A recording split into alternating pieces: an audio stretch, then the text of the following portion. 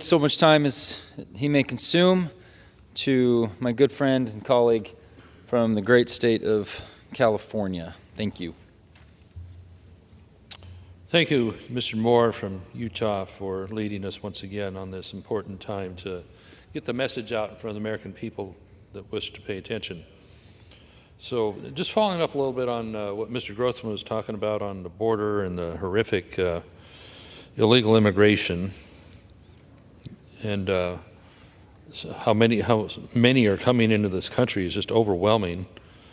I had an experience here last week in Tucson. Myself and Mr. Rep. Tom Tiffany from Minnesota, we both, after a border tour, had attempted to stop in at a illegal immigrant, well, they call them migrants. That's a euphemism. They say migrants. It drives me crazy listening to that. An intake area that had been a Ramada motel there, run under the guise of a group called Casa Elitas. And so it's run not with a whole lot of daylight on how they operate there. Again, we have many NGOs, non-government organizations, that are making a lot of money and are incentivized to move a lot of illegal immigrants into this country and place them where have you. You know, the bus loads going here and there and everywhere. Plane rides. My understanding is there's been approximately 5,000 plane rides, plane fulls, since the start of the Biden administration on moving people around the country. And so we attempted to meet with people there and say, it was quiet. They weren't intaking anybody at the time. And they would not see us. They would not see us. Even we had our IDs, two members of the U.S. House of Representatives, to sit down with somebody and see what they're doing and at least give us a few minutes on an overview. They refused to do that. They basically kept us at the outside of the parking lot and called the sheriff's office in case we decided to try and go knock on the door and talk to somebody in charge. It was amazing that the people that are in charge of the U.S. House, those that are elected to make expenditures, taxpayer expenditures, taxpayer appropriations, were shut out of being able to ask questions about how tax dollars are being used of the intake of these illegal immigrants in Tucson. So, folks, obviously we have a giant problem. The numbers are horrendous. Mr. Grossman was talking about the fentanyl. And what's interesting about that, so much fentanyl coming in this country, so negatively affecting and taking lives, that so much is coming in. He talked about the market pricing. The price is so low, the price of actually buying it is really low now because there's so much of it. Price and demand. When a high volume comes in, they have to cut their prices. It's such a high volume now, the price of it is getting dirt cheap. They're talking like. So it's just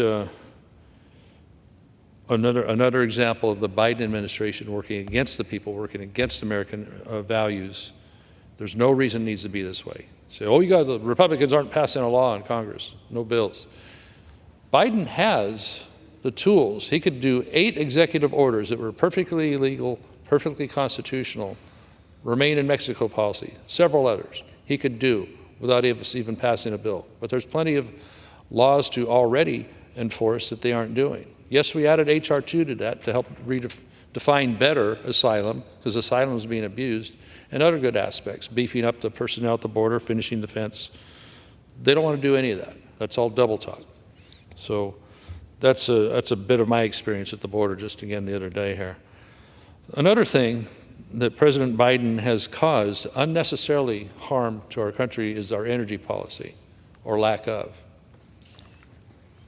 The core of so much of our problems on costs of inflation, high prices of everything, is it starts at the cost of energy.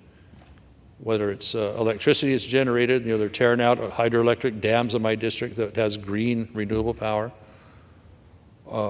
Electricity generated by nuclear power. We need to do a lot more on that. And so far, for years and years, that's been held down by permitting and the inability for government to move on that. But also, natural gas, a very important component, or heating homes as well as operating electricity generation.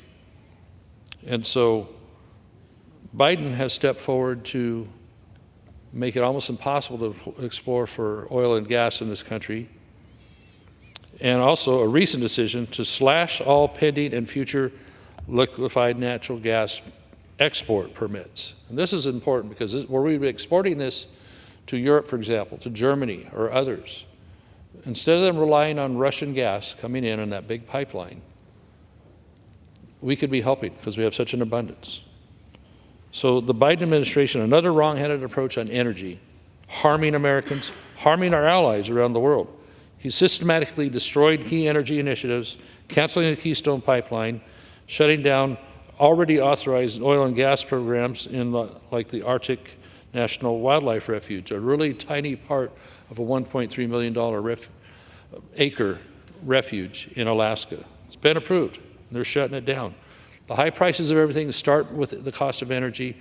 Americans suffer from high price of food, transportation, everything else because energy costs way more than it needs to. We lay that at President Biden's feet, and we have the ability to be energy independent like we were under President Trump, an energy exporter and helping our allies. Yet what we have is a ban on being an exporter and a ban on new exploration to make us energy independent. Biden administration is way out of whack on this, and we need to do something. The American people need to let them hear about it. The American people need to make themselves heard on that as we try here in this time here in Congress and this speeches like this tonight to do so. So I appreciate the time. I appreciate Mr. Moore leading us on this to talk about these important topics of energy independence and controlling our border, two of the most important components we'd have to a more orderly society in this country. Thank you for the time. Thank you to the gentleman from California. I agree. Horrible energy policy, horrible immigration and border policy, mental incompetency. I mean, these are all great Valentine's messages today.